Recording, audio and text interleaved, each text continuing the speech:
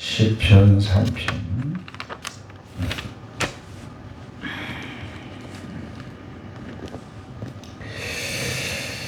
같이 읽겠습니다. 첫 절부터 마지막 절까지 시작. 여호와여, 나의 대적이 어찌 그리 많은지요. 일어나 나를 치는 자가 많으니이다. 많은 사람이 나를 대적하여 말하기를 그는 하나님께 구원을 받지 못한다 하나이다. 셀라. 여호와여, 주는 나의 방패시오 나의 영광이시오 나의 머리를 드시는 자신이다. 내가 나의 목소리로 여호와께 부르짖으니 그의 성산에서 응답하시는도다. 셀라. 내가 누워 자고 깨었으니 여호와께서 나를 붙드시니로다. 천만인이 나를 에워싸 친친다 하여도 나는 두려워하지 아니하리이다. 여호와여, 일어나소서. 나의 하나님이여, 나를 구원하소서. 주께서 나의 모든 원수의 뺨을 치시며 악인의 이를 꺾으셨나이다. 구원은 여호와께 있사오니 주의 복을 주의 백성에게 내리소서. 셀라.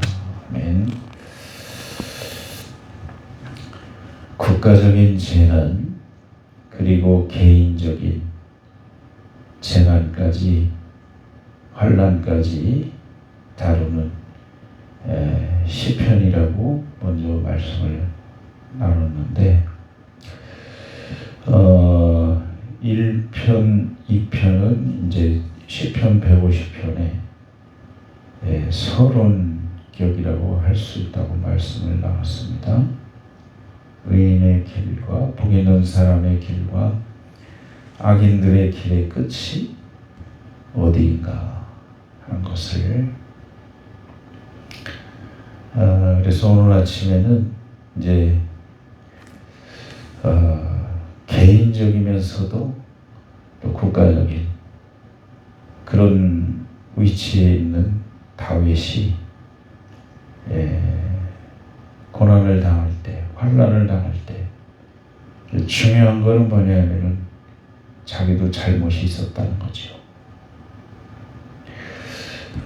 제목이 이제 그걸 말해주는데 한번 읽어봅시다. 3장 제목을 시작. 다윗이 그의 아들 압살롬을 피할 때 지은 시. 이게 이제 그 본문의 내용이 어디 있는가 하면은 사무엘하에 쭉 나와 있어요. 사무엘하 17장, 16장, 15장. 이 다윗이 처한 상황을 자세하게 설명을 하고 있습니다. 사무엘하 15장, 16장, 17장에서 자기 아들 압살롬이 반역을 일으켜서 아버지를 죽이려고 할 때 백성들도 다 압살롬 편에 섰다고 사무엘하 16장에도 나오는데요.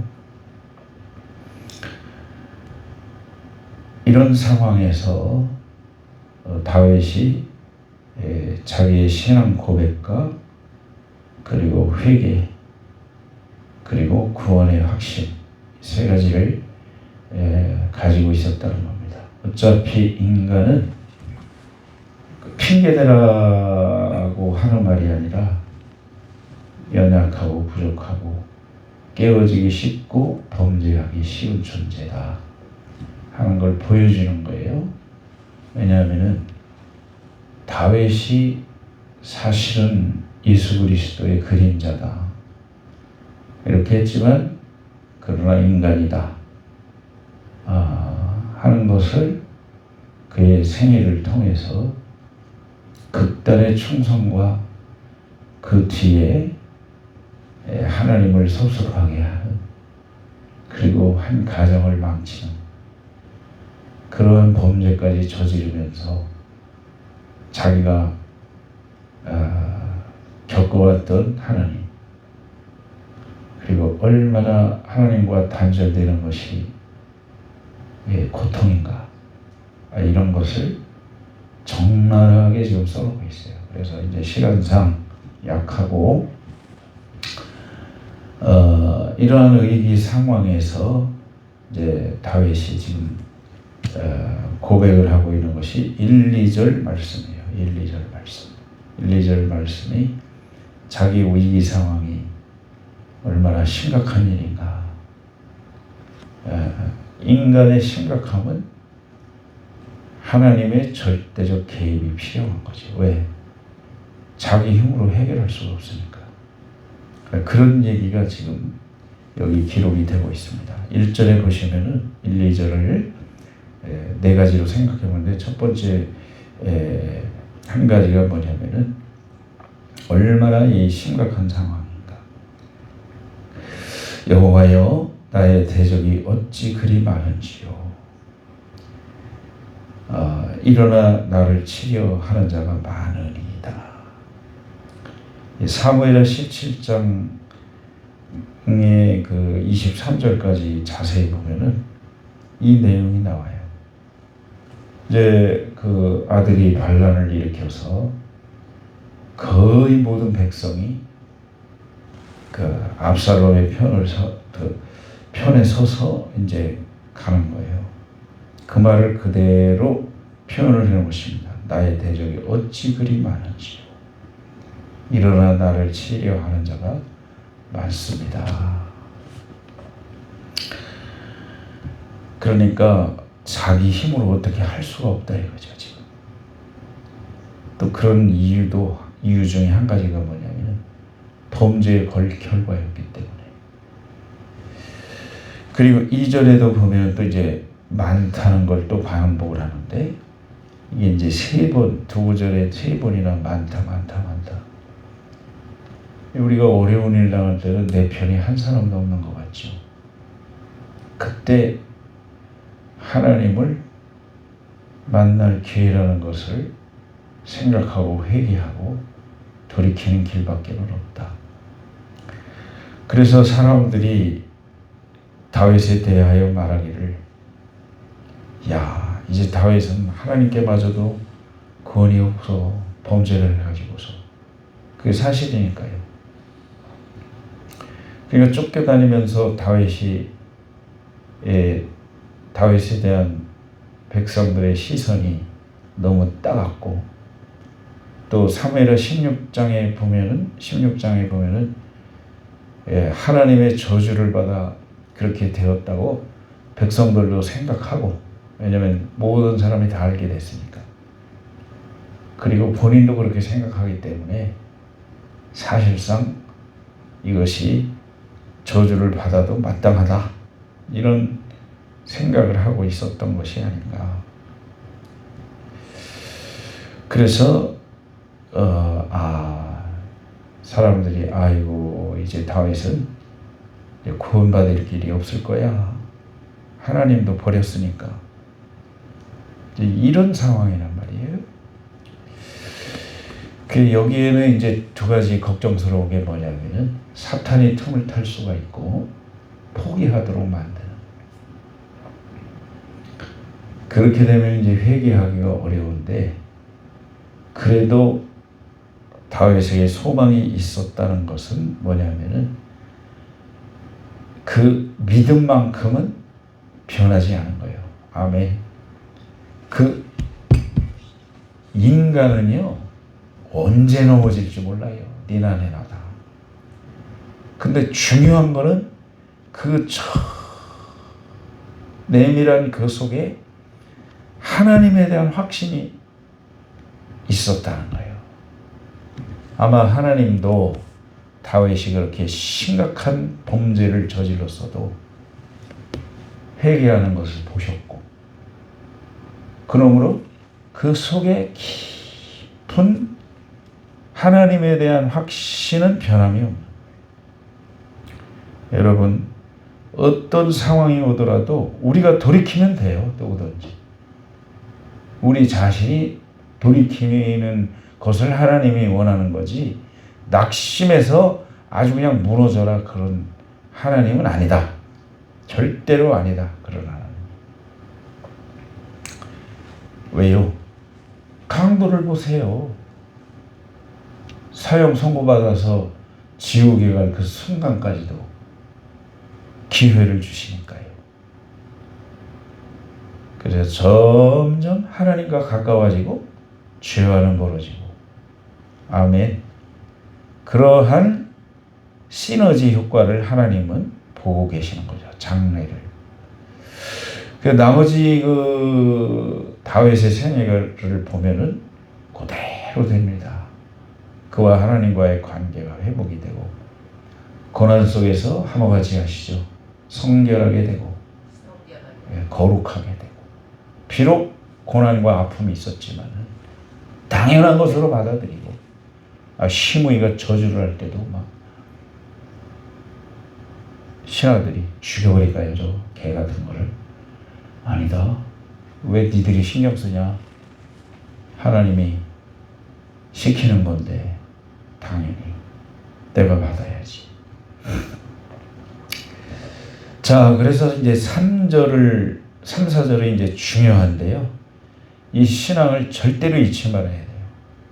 자, 읽겠습니다. 3, 4절 시작.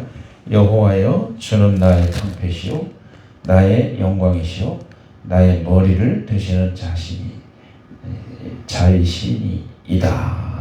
한 절만 우선 보는데, 자, 그 하나님을 신뢰하는, 철저하게 하나님만 바라보게 될 수밖에 없는 그런 상황이에요. 충성스러운 백성들도 자기를 던지고 떠나가니까. 왜냐하면 다 눈치를 슬금슬금 보고, 아마 이제 다윗이 우리 왕이 이렇게 범죄를 했기 때문에 하나님이 함께 하시지 않을 거야. 아마 뭐 별소리 다 했겠죠. 그러나 중요한 것은 나예요. 야, 하나님 여호와여, 여호와여 하는 것 자체도 아무나 부를 수 있나요? 하나님을 신뢰하는 사람이 하나님 아버지 잘못하고도 그러지. 그러니까 철저하게 하나님만 바라보고, 그 다음에 뭐라고 그러냐? 나의 방패. 그랬습니다. 이 신앙이 거짓될 수가 없는 거예요. 범죄를 하고 회개를 하면서. 이 사람이 보이는 방패는 한쪽밖에는 못 막아주죠. 그런 얘기를 이제 자라오면서 많이 들었는데, 철저하게 하나님만 바라볼 수밖에 없이 될 때는 하나님의 방패는 한번 같이 하시죠. 모든 면을 막아주신다. 사람이 할 수 없는 거예요. 그러나 하나님은 모든 면에서 방어를 해주실 수가 있는 분이다. 그리고 나의 영광이요, 나의 머리를 드시는 분이다. 이게 무슨 소리냐? 나의 영광이시오, 나의 머리를 든다. 하나님께서 한번 또 같이 하시는, 명예를 회복시켜 주실 것을 확신한다. 사람이 명예에 죽고 살기도 하지요. 내가 이거 뭐 다 끝났어, 명예가. 그래서 막 죽잖아요, 사람들이. 그러나 회개를 통해서, 고난을 통해서 하나님께서 내 명예를 반드시 회복시켜 주실 것이다. 방패가 돼서 모든 것을 다 막아주시고, 그리고 명예를 적극적으로 회복시켜 주실 것이다. 그러니까 환난과 고통과 시련은 나쁜 게 아니라 근본적으로 생각을 바꾸게 만든다. 아멘. 4절에 보시면은 기도응답도 반드시 주신다. 4절 시작. 내가 나의 목소리로 여호와께 부르짖으니 그의 성산에서 온다.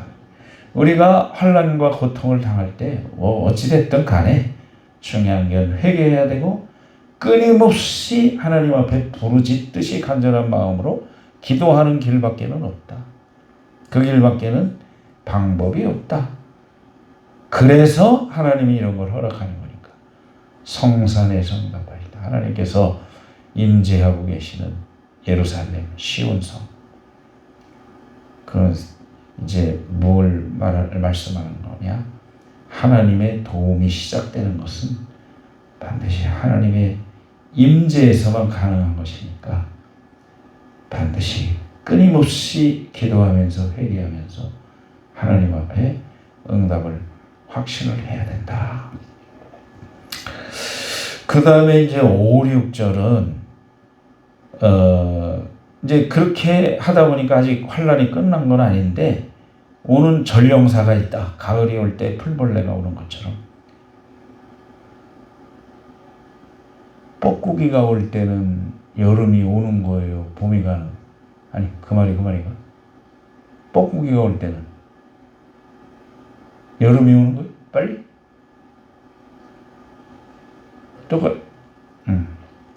그러니까 먼저 문제가 해결되기 전에 이러한 심각한 상황에서 하나님에 대한 확신을 가지고 회개하고 기도했을 때 평안이 왔다. 아멘. 그래서 5절에 보시는 내가 누워 자고 깨었으니 이제 하나님께서 보호하신다는 거죠. 그런 상황 속에도 죽음의 위기에서도 하나님 보호해 주시고 계신다. 그래서 위기 상황에서도 정신을 못 차리고 이성을 잃지 않고 냉정하게 대처해 나갔는데 이 장면도 사무엘하 15장 33절 이하에 자세하게 나와 있어요. 자기에게 자기가 위급 상황에서도 냉정하게 대처할 수 있었다는 것. 그 다음에 6절의 말씀에는 이제 아까도 얘기했던 것처럼 사무엘하 15장 12절에 보면 당시 거의 모든 백성들이 다윗에게 등을 돌리고 압살롬을 지지했다. 그걸 이제 말씀하는 거거든요. 이것도 천만인이 나를 에워 진친다 하여도 왜냐하면 거의 대부분의 백성들이 압살롬을 지지했으니까. 그렇지만은 나는 두려워하지 않는다. 왜? 내가 회개하고 있고 또 하나님에 대한 확신과 관계는 변할 수가 없으니까. 그런 자세가 우리가 필요한 것이다. 3절에 그 이제 근거를 두고 있는 것이죠. 3절에 나의 방패시오 여호와는 주는 그리고 영광이시오 나의 명예를 반드시 하나님이 회복시켜 주신다.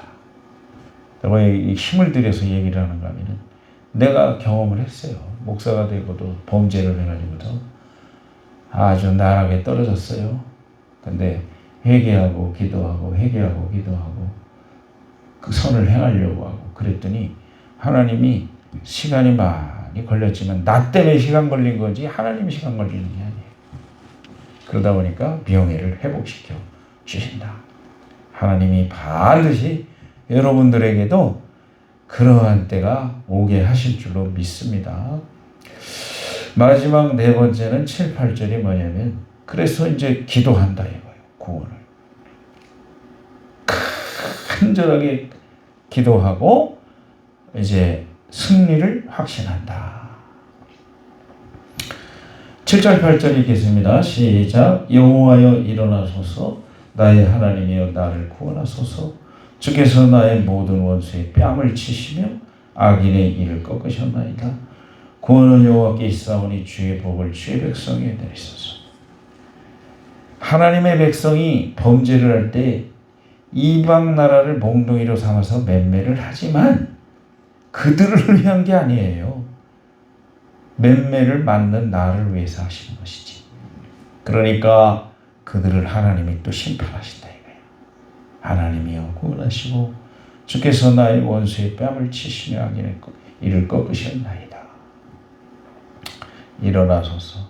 급박한 위기 중에서 부르짖는 끊임없이 부르짖는.